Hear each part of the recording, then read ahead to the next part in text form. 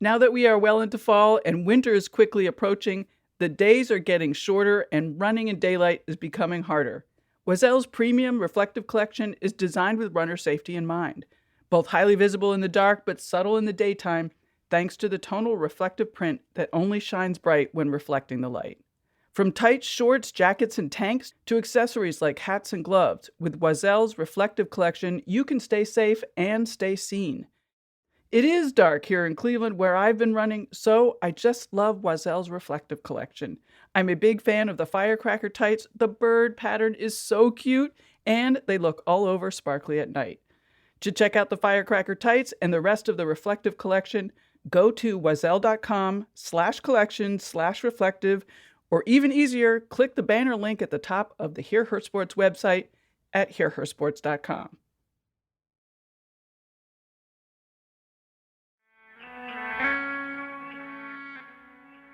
Greetings. Welcome to another episode of Hear Her Sports, a female athlete podcast for all things female athlete. I am your host, Elizabeth Emery. Each episode shares a conversation I've had with an absolutely amazing female athlete or woman in sport. We always cover so much ground, from training, nutrition, psychology, to science, research, mental health, and coaching. Joining me today is Dr. Angie Ridgel, who has been studying for over a decade the effects of high-cadence cycling in individuals with Parkinson's disease. Angie is a professor of exercise science and exercise physiology in the School of Health Sciences and the associate director of the Brain Health Research Institute at Kent State University. She has been funded by NIH, the Davis Phinney Foundation, and the Research and Development Service, U.S. Veterans Affairs. Angie's research with Parkinson's disease is fascinating. She even developed and continues to improve a smart bike that we hope will eventually be available for home use. Meanwhile, Angie shares ways you can adapt what she's learned in the lab for your own training and brain health. Angie and her team collaborate with InMotion, a nonprofit organization dedicated to helping people manage their Parkinson's disease. I've seen the effects of Parkinson's, and it is not a kind disease. That's why everything Angie is learning and developing is so exciting and hopeful. We also talk about a broader view of her studies, how aging and neurological disorders affect movement in humans, and how exercise can be used to promote neurorehabilitation and brain health. What that means for us is that moving, being physically active, exercising, whatever you want to call it, helps the brain. And researchers are still learning exactly how that happens and by how much. If that weren't enough, Angie is a competitive athlete herself and founded Stellari Performance Training, an endurance coaching business specializing in female athletes over 40. Well, let's get to it and meet Angie. Well, hi, Angie. It's really great to have you on the show. I'm happy to be here, Elizabeth. You know, full disclosure, we are friends from the cycling world in Cleveland. And, you know, I never knew what you did. And then one day, I think we were watching the marathon or something with our friends. And I was telling you about this really great study I had discovered about Parkinson's. I've always loved this study. And, you know, my father-in-law had Parkinson's. So, you know, it meant a lot to me. And you were like, oh, that's my study. I remember that. Yeah. And I'm glad I didn't mansplain it. That would have been great. Anyway, what you're doing is super cool. So I'm so glad that you're here that we can talk about it. And I have tons of questions about your study. But before we get into some of those fun details, you know, I really think I could use some basics. And I hope I'm not going to get us too far into the weeds. But let's start with, like, what's the makeup of the brain? So like the neurons and all those interconnections, because isn't that foundational to what you study? Yes, it is. So if we're talking specifically about the neurons that produce movement, which is important in a discussion of Parkinson's disease, there is an area that is called the motor cortex. And the neurons that start there actually go out and send information to all of the muscles throughout the body that tell the muscles to move. And during that pathway, there are many areas where you can have disruptions in that pathway that will alter the way that the muscles receive signals. So that's part of the reason why we get some very specific motor function changes in Parkinson's that I'm sure we'll talk about a little bit later. So, I mean, maybe you already explained this, but like, what is causing movement? So the brain decides to move and then sends these decisions out to the muscles. Is that what you're saying? Yes. So Okay. there are neurons that start in the motor cortex. They send signals via axons that travel through the brain stem, all the way down the spinal cord, and then they synapse, what we call they connect with the spinal cord neurons. And then there's a second set of neurons that branch out from the spinal cord that go to the muscles at each level of that spinal cord. So, say for example, you're talking about the leg muscles. Those neurons travel from the motor cortex all the way down to the lumbar levels of the spinal cord. And then they connect with neurons in the spinal cord that then have a secondary neuron that branches out to the specific muscles of the lower leg. I'm sure listeners will gather that your study is on Parkinson's, and they heard that in the intro anyway. So, what is the cause of Parkinson's? Like, my idea is to sort of set up what you do with some basics so that when you describe what you do, that we have a better understanding of what's happening. Certainly, certainly. So Parkinson's disease is a loss of neurons that are actually present in the brainstem, uh, called substantia nigra neurons, and they produce a very important chemical called dopamine. And dopamine is very important in the health of the neurons and helping the neurons that produce movement send their signals. So in Parkinson's, we don't know why these dopaminergic neurons die, but when they die, we get loss of that dopamine, and then it disrupts those circuits' normal pattern, and you get the symptoms of Parkinson's, which are usually tremor in many cases. You also will get slowness of movement, and you get some postural issues that result from that. So it's really a disruption of the chemical pathways that are important in sending those signals to the muscles throughout the body. That was so interesting to me. I had not realized that dopamine was also involved in movement. I mean, I'd already always heard it sort of in relation to serotonin and, sort of more mental aspects of what was going on. It is, yes, it's very essential in that circuit for motor output. Yeah, that's super interesting. Let's just go to your research.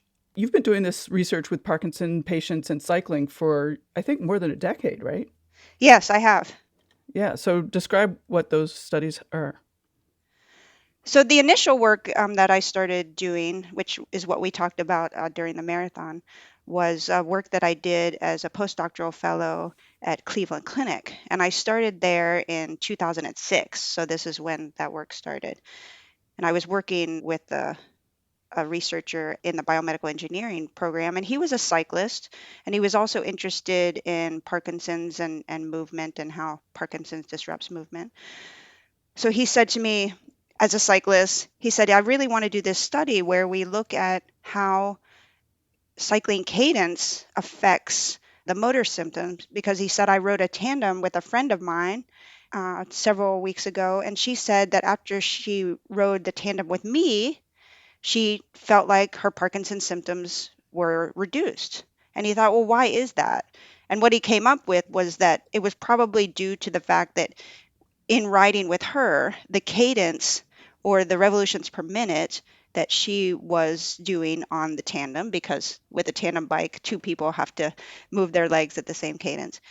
He thought that that was perhaps the reason why. So we took that idea into the lab, and we brought a tandem bike into the lab, put it on a trainer, and then we actually tested that systematically.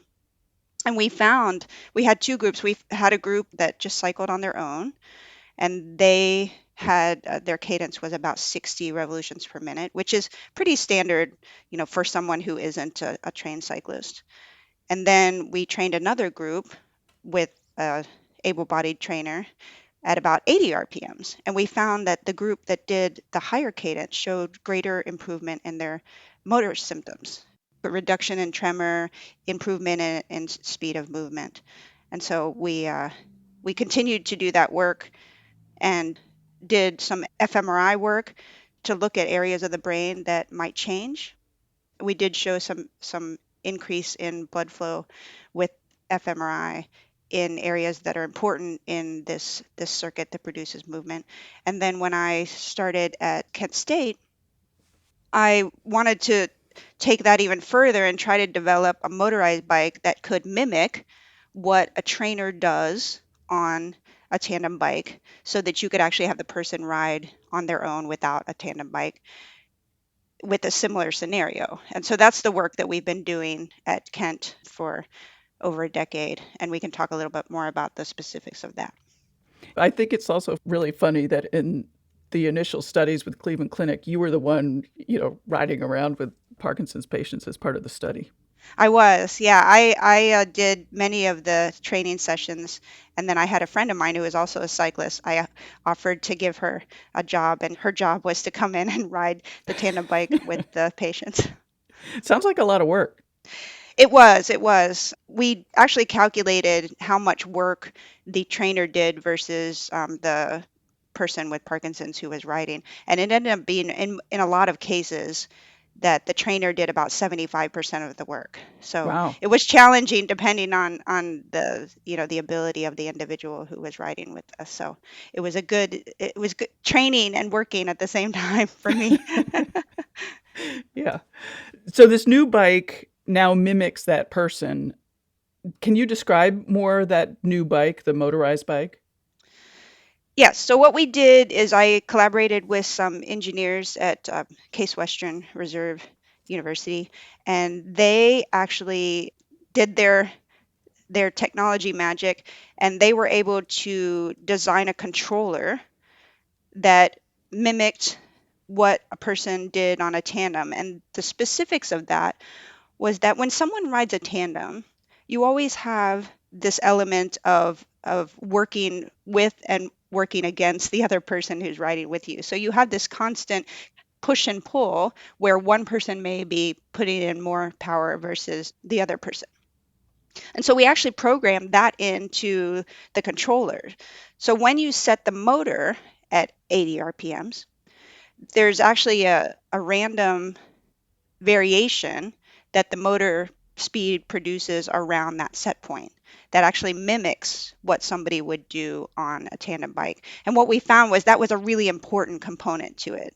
So it has a dynamic element where although you set the speed, it's constantly changing and giving the person riding this variable feedback in terms of the cadence. And we found that was really an important element. So it's what makes this unique from any other motorized bike. So I want to establish that the speed is not a component of it, it's the cadence. Like from your original study, you were not dictating speed, you were dictating the cadence. Correct. Correct. So have you figured out like what it is about the cadence? And you mentioned that that variability was important, but there has to be something about the leg speed. Yes. So what we think is happening is that when you ride a bike, you are producing motor output to turn those pedals, but you are also receiving sensory feedback via receptors that are, in the feet that give you information about pressure on your feet. There are receptors in the muscles that give you information about muscle length and muscle force. And those sensory receptors send information back to motor cortex, and they can alter the output of the motors and the activity of the muscles. So what we think is happening is that high cadence is giving the brain an input that is different from what usually these people would see. And so that sensory input has the ability to alter motor output. And we think that's the mechanism of the high cadence. And we think the dynamic piece is important because these sensors also are very sensitive to rate of change of force and rate of change of muscle length. That's very interesting.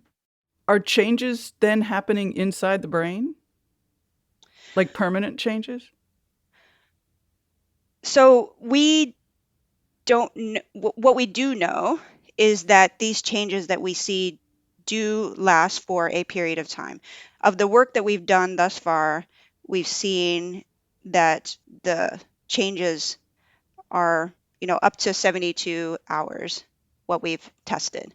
But we have had people say to us that they feel better, for a couple days. So when you exercise on the motorized bike, you get an effect that lasts for a period of time, but you also need to keep doing that. So it's not go exercise for a small period of time and then you have these lasting effects. You need to Right. keep giving the brain that input. I'm trying to think about that because that then means that um, there isn't like a structural change that's happening necessarily. So what we think is that there may be a change in some of the chemicals that are released in the brain that could potentially promote a longer term kind of neuroprotective effect, but we haven't specifically tested that. Got it. So Yeah, it's a you little work, challenging to do that because they're very obviously long-term studies. sure, sure. You work with Parkinson's patients. Does this work, relate to other neurological disorders or other brain injuries? I mean, can you expand what you're doing or can you extrapolate what you're doing to other patients? We do think that it could be extrapolated. I did have a student who used this paradigm in an individual with a motor neuron disease, and that person actually showed similar improvements in movement. That was a case study. We have published that, so you can get it online. And we think that it could be helpful for other neurological disorders such as multiple sclerosis and or perhaps stroke. We have not done those studies, but I know that other people have done similar work with high cadence cycling in Down syndrome. There was a small study that looked at it in stroke. So people are starting to do this. In the long term, we would like to do that, but right now we're focused primarily on Parkinson's. All of those diseases or disorders that you mentioned, they all seem very different. I mean, stroke is certainly different from Parkinson's. Yes, they are. That's interesting. So something sort of in the bigger picture is happening inside the brain, or that's the theory, I would suppose. Yes, the hypothesis is potentially that this could promote short-term changes, but also the longer-term changes could be due to release of some neurochemicals, specifically one called brain-derived neurotrophic factor. And we know that exercise in general in healthy people increases the release of this chemical. And it is important in maintaining the health of the neurons. It also helps repair neurons. So we've hypothesized that that is potentially one of the mechanisms. And like you said, if we get release of that chemical over the longer term, then it could potentially help neurons repair over the longer term and potentially be neuroprotective. I don't know if we already talked about this, but what are the Parkinson's patients, like what are they seeing as improvements? Well, they tell me that they feel like they can move better. I've had people tell me that they feel like they don't have to take their medications, their Parkinson's medications after they do the cycling. We've gotten really positive feedback from people.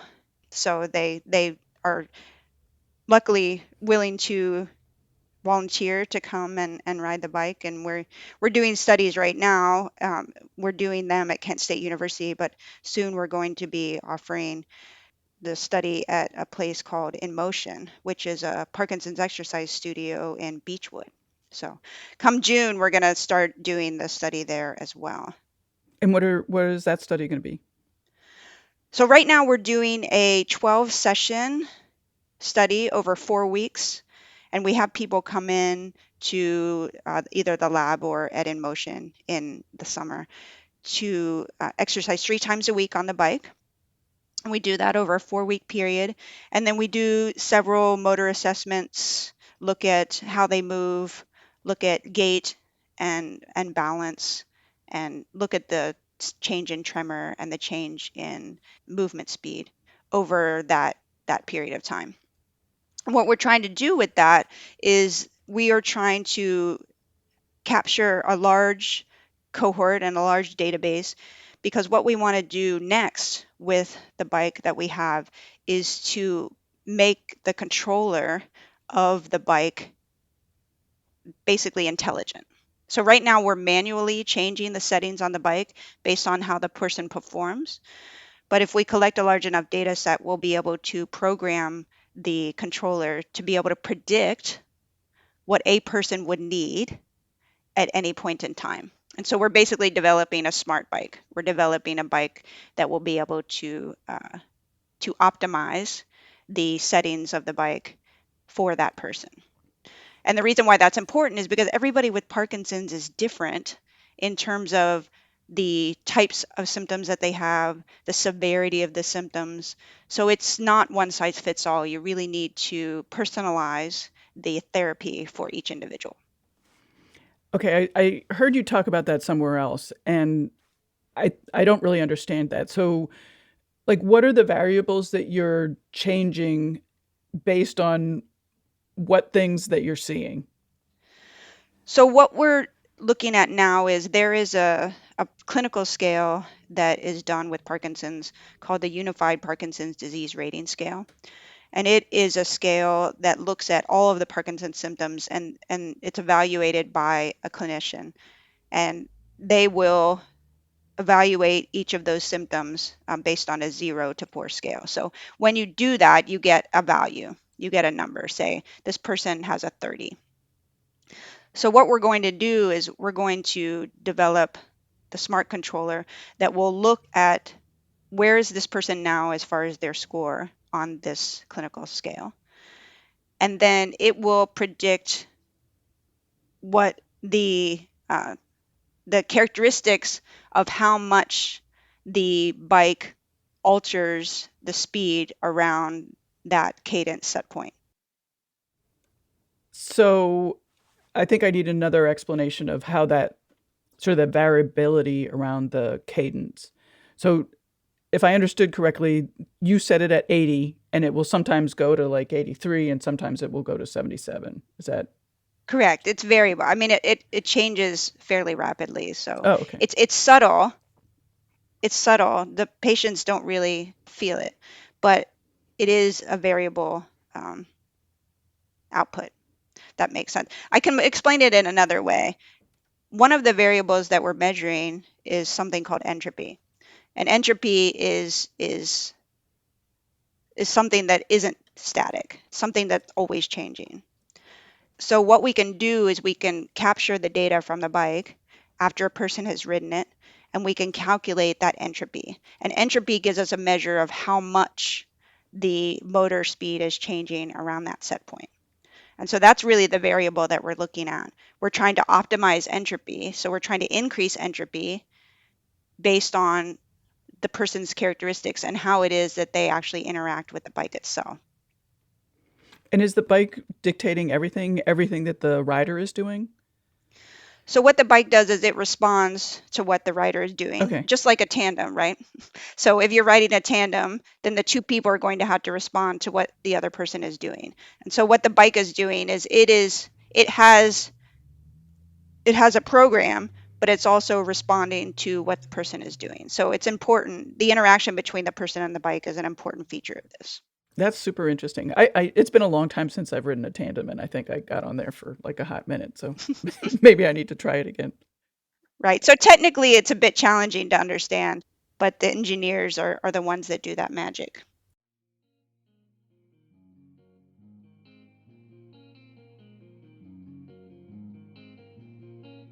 Today's episode is sponsored by Endura Athletic.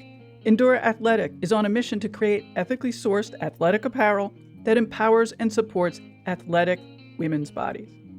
Rather than asking women to fit into clothes, Endura Athletic apparel fits clothes to women, making space for powerful lats, broad shoulders, and strong legs.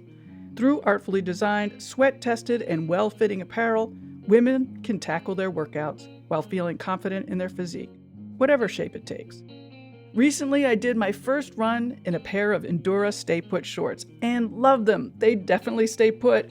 I had none of that typical creeping up with shorts legs and then having to yank them down over and over throughout the run. The waistband is also really nice and not restrictive. You can order your own Stay Put shorts and find out more at enduraathletic.com or on this episode's show notes page.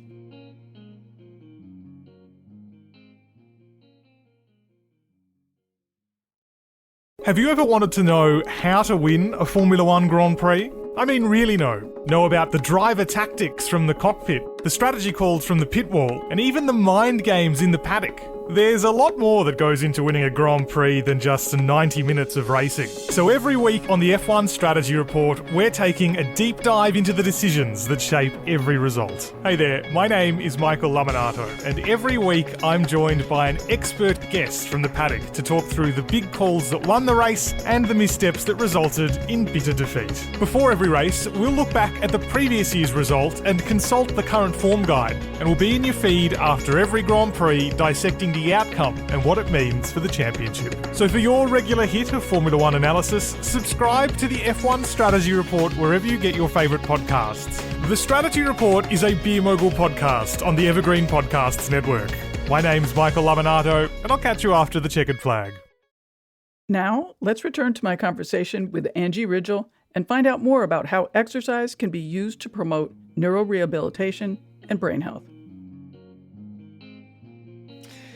So one of the things that keeps coming up whenever I am listening to you and when I've read it is, like, how are you getting Parkinson's patients and, like older folks even who I'm imagining have, compromised balance and limited physical ability. So how are you getting them to do these sort of high intensity workouts? So we don't have trouble getting people to do them. Almost everybody we bring in is successful in completing the paradigm. Just like what I talked about when we had the tandem bike in the lab, the motor is really doing most of the work. So it's not terribly challenging for them. And we do get heart rate up and, they will feel that effort. But again, the motor is doing most of the work, although I will say that they can't be passive. So one of the elements of the bike is that the newest version that we have, we gamified it. So they have a screen that they're looking at, and we have a hot air balloon above a body of water. And their goal is to keep the hot air balloon above the water. And what that means is that they're actually putting forth effort. So if they are passive, if they let the motor do all of the work, the balloon will dip into the water. So we do have them do effort. But again, the effort is, it's fairly low to moderate level exercise. So they don't feel exhausted. They do feel better after it. And we really don't have a lot of trouble having people interested in participating and or able to finish the protocols that we have. Could somebody go out on, like an exercise bike and do a sort of a fast pedal, and it wouldn't be the same, is my impression, because it doesn't have that interactive bit?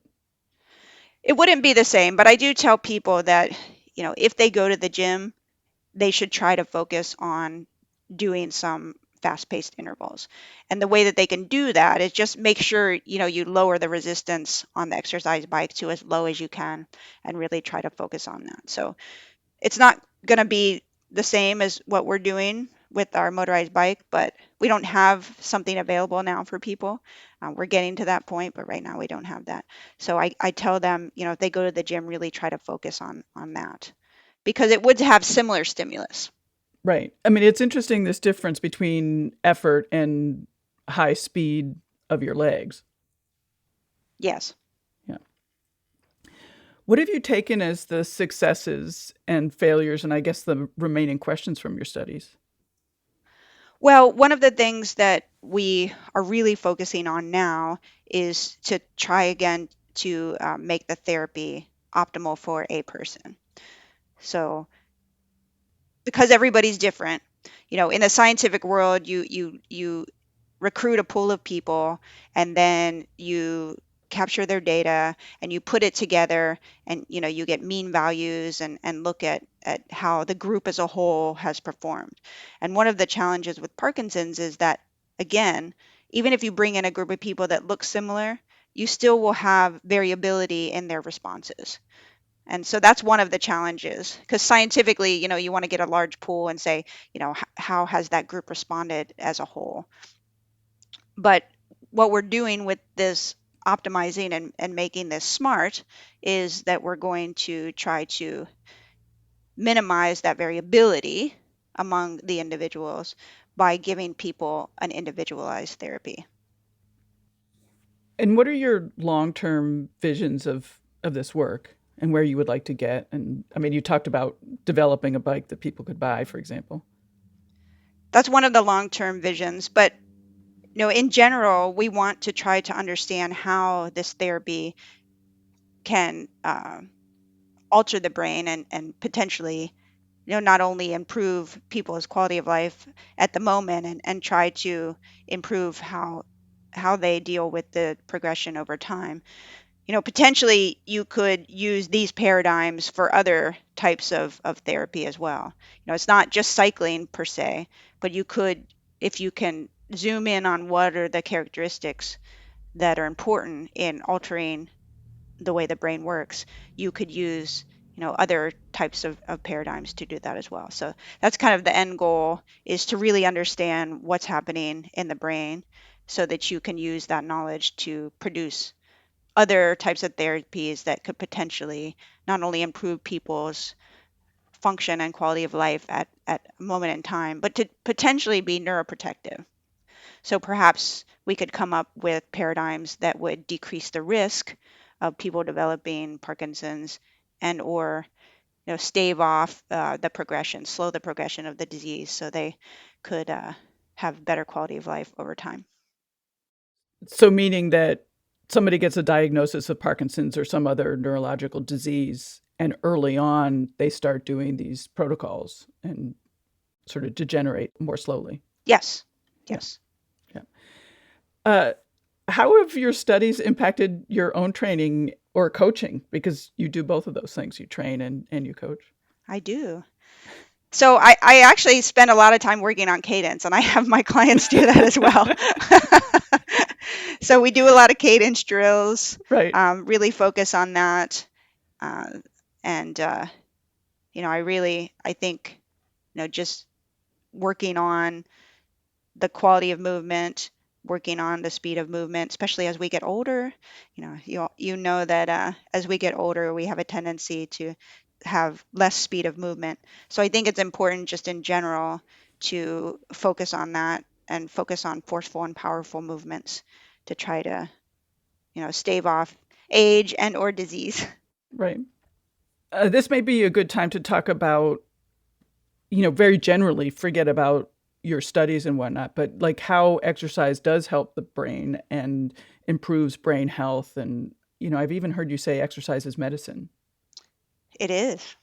Yeah. So exercise obviously has a lot of effects on, it can improve cardiovascular fitness, it can improve muscle strength, but there's a lot of evidence to show that exercise has a pretty strong effect on the brain. Specifically, it increases brain blood flow, which is important, of course, to get oxygen and energy and other molecules to the brain. It also, we know that it does increase several of these neurochemicals that I already mentioned, even in healthy people, like brain-derived neurotrophic factor, and those chemicals help the brain repair and be healthy. And we also know that it can help people focus. There's a lot of evidence to support the role of exercise in improving cognitive function. And we know that in many different populations, young people, children, older people, and then there are people who are also looking at exercise in memory issues like Alzheimer's, although those studies are a little more challenging to do. So really it has a lot of benefits for the brain and for the body as a whole. How can people take this information, and use it at home? I mean, obviously you don't have the bike yet, and not everybody's going to have access to those bikes anyway. So what can we do at home, basically? I think the most important thing is just to move and to focus on moving rapidly. Actually, there was a study that was done by a friend of mine named Beth Fisher at USC, and her work focused on treadmill and showed that the faster walking speed was important, and that was the basis for what we were doing in the lab with cycling. And so I would encourage people, if they're have a bike at home, or if they're out walking outside, or if they use a treadmill, to really try to focus on leg speed and try to get that feedback from those sensors back to the brain. I think that's an important feature of exercise and movement. Is it objective leg speed or is it relative leg speed? Meaning, like if you're older and you have more trouble moving, does just increasing the speed that you normally do make a difference? Absolutely. Okay. So anything you can do to focus on speed of movement would still activate those proprioceptors and potentially could alter the brain and brain chemistry. And also to emphasize that it's not increasing effort necessarily, it's just increasing turnover. Correct. Correct. Okay. I heard you also mention somewhere dual task challenges. Can you explain that more? So dual task challenges are challenges that have a motor feature and challenges that have a cognitive feature. So one of the typical paradigms for dual task would be having someone, say, walk on a treadmill and do a addition task. Or they could do a memory task. Something that's typically done in the lab is using a test called NBAC. And NBAC is a cognitive test where you ask the person, you say a series of numbers or letters, and you ask the person to remember and give you the number that was said, for example, 2 back. So if you say 1, 5, 7, I would ask you to say, what's the 2 back? You would say 1. Right, so two numbers back. So doing the cognitive tests and the motor tests simultaneously challenges the brain even more and can have a greater stimulus for change versus just doing a cognitive task or a motor task alone. That's cool. Yeah. So next time you go out, probably don't do it on the road on your bike, but maybe, if you're on the train or if you're out walking, try to think of do math problems while you're out there. It sounds sort of hard. It is. It's even hard for non-cognitively impaired people. Right. How did you get started in this work? So it's a long history, but I've always been interested in how sensory receptors produce movement. And so actually back towards my master's degree, I actually worked on sensory systems in fish. And then in my doctoral degree, I actually worked on sensory systems in insects. And we looked at how the insect sensory system produces movement, and we did movement analysis and that.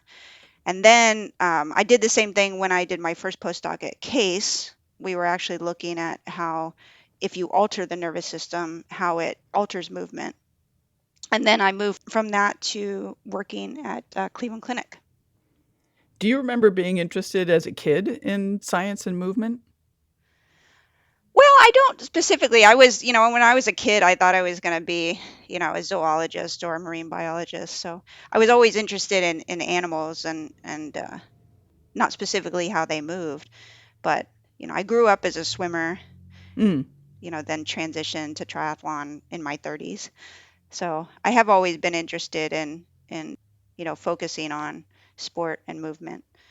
But specifically, I, was kind of an animal lover as a kid. That's how I got started in biology and working with those people. You mentioned that you swam as a kid. Were you competitive? I was. Oh. I was on a swim team from age 4 to age 14.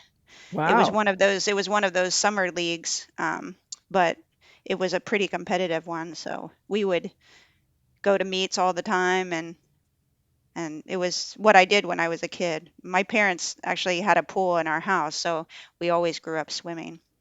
And what are you doing now for training? So right now I'm doing triathlon. So I'm doing swim, bike, run.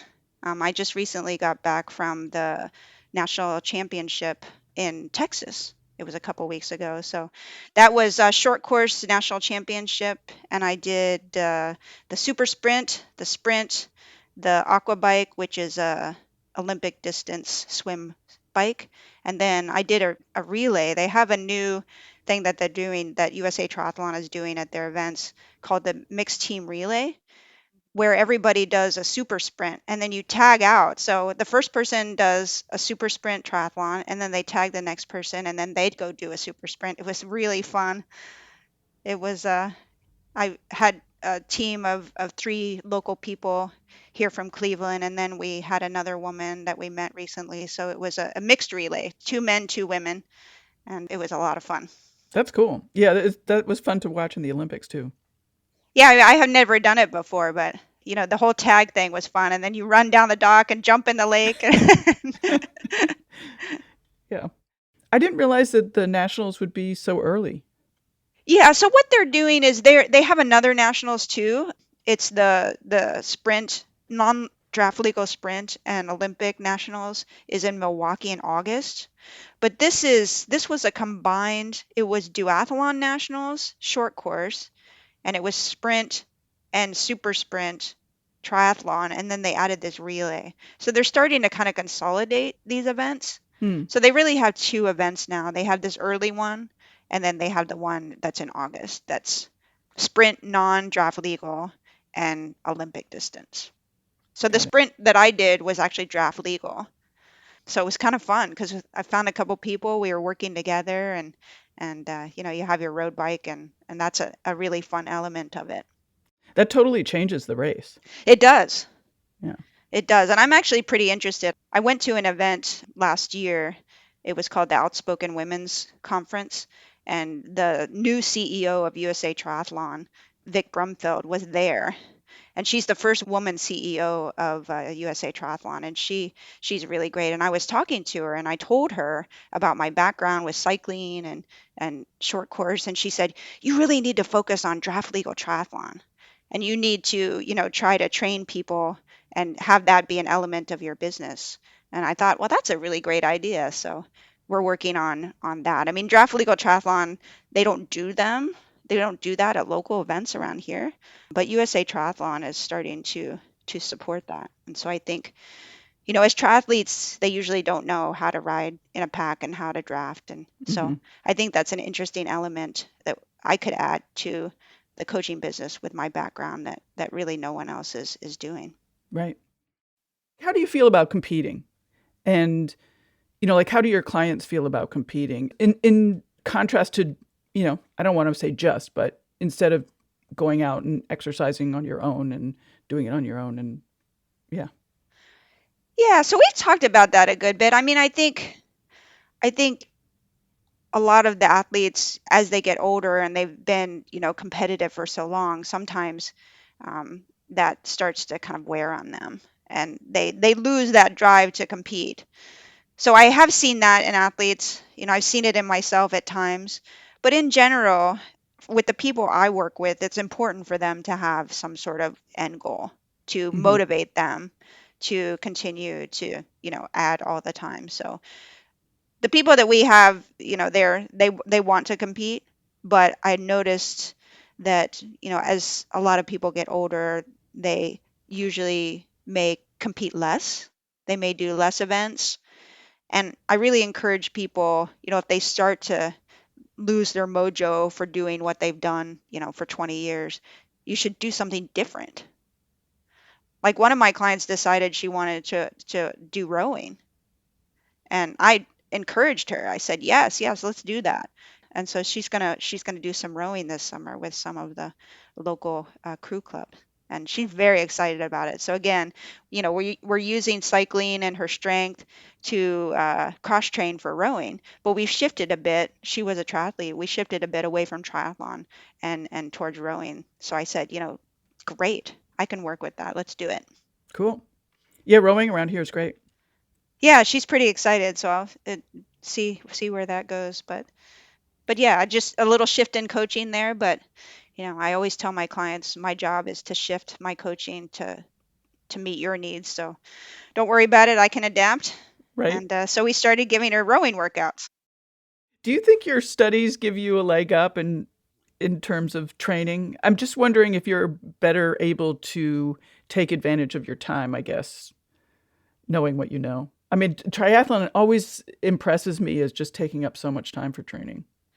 It does. Yeah. I mean, I used to do I used to do half Ironman distance. I don't do that now because I'm too busy, and I'm also more interested in going short and fast. It's better for me. It's better, for me to get the training in for my time. And I think it's really important.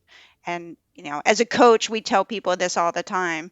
As you get older, it's better to go short and fast and to really focus on that. So, with the short course triathlon, it's not too bad. I'm lucky in that as a professor at a university, you have a decent amount of flexibility. And as a professor in an exercise physiology program, if we say I'm going to exercise, nobody bats an eye. Everybody's super, in fact, people exercise in our facility. We have all the equipment. We have a standing desk. We have everything that we need to exercise. And nobody will question going out, for a run or a bike if you have some time during the workday. And are you strength training as well? Do you emphasize that? I do, yes. Yeah. That's super important. Yeah. So we try to do that at least twice a week, and all of our clients that we coach all are doing strength training. Some are resisting, but they understand that it's important, and once they start doing it, they say, oh, I feel really good, I feel really strong. Yeah. Tell me more about the coaching with Stellari. I started Stellari, it's almost 9 years ago. Mm-hmm. So I've been in triathlon since about 2001, and always, was looking at how people were training, and with my background in exercise physiology, I wanted to help people. I wanted to help people get better, specifically, women, which is really our focus. And then as it started to get older, I thought, well, I think my knowledge base and what I've done could be helpful for people. So I decided to start this business. And it's Stellari Performance Training, and we're a multi-sport coaching business. We do coach all ages and all genders, but really our focus is older athletes. So we focus on 40 plus, and we do that for two reasons. One, because that group is important to try to optimize their training, and also because that's the experience we have.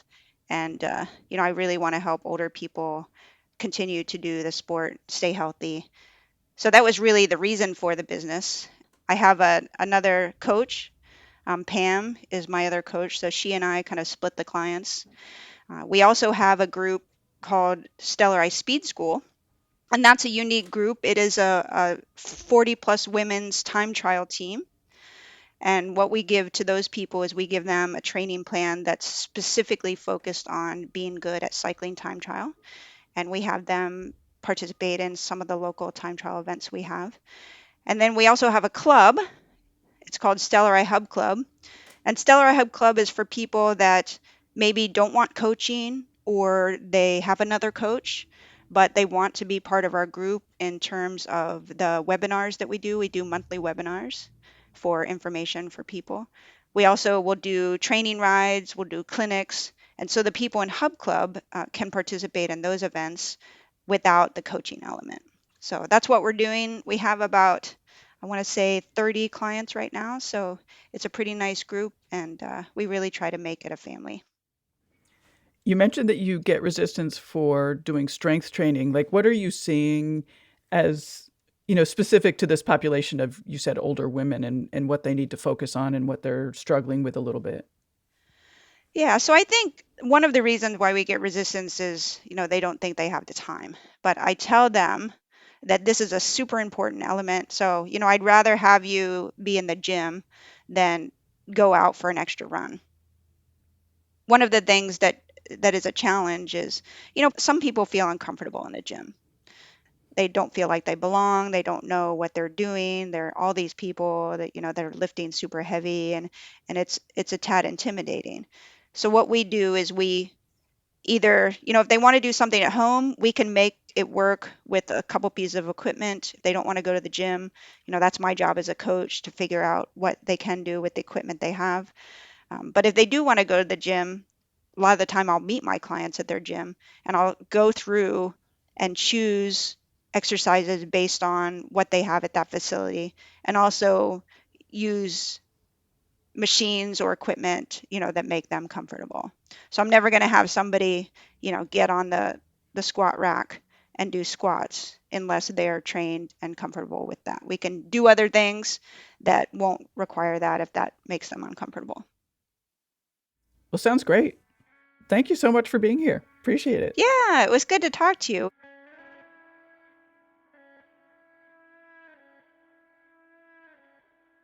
Thank you, Angie, for joining me to talk about your research around brain and movement and about your coaching business, Stellari Performance Training. As I said in the last episode, it means a lot to me every time I get to talk to female doctors, scientists, and researchers on the show.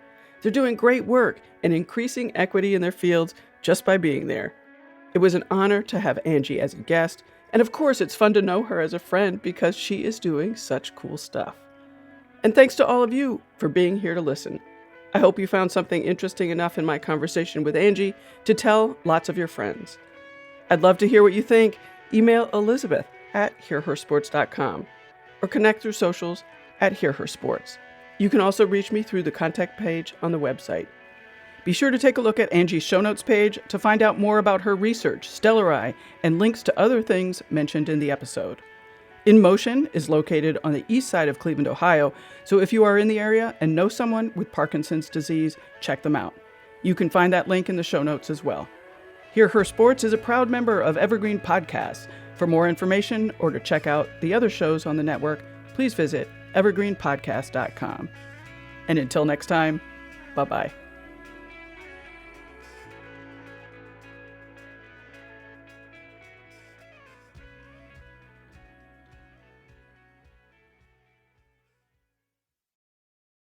Hey there, my name is Michael Laminato, and this is Pit Pass F1, a brand new podcast that'll take you closer to the action of the world's most prestigious motorsport. From Monaco to Miami and Australia to Azerbaijan, Pit Pass F1 is on the ground and has you covered. Esteemed F1 journalists Julianne Cerasoli and Chris Medland will take you inside the sport every round. They'll keep you up to date with the latest news breaking in Formula One and the most influential views shaping the world of Grand Prix racing.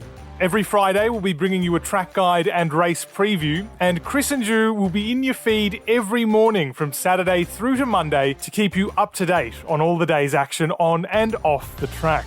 So if you want to be in the know on the latest in Formula One, subscribe wherever you get your favourite podcasts and visit us at evergreenpodcasts.com. Pit Pass F1, a brand new show for Evergreen Podcasts.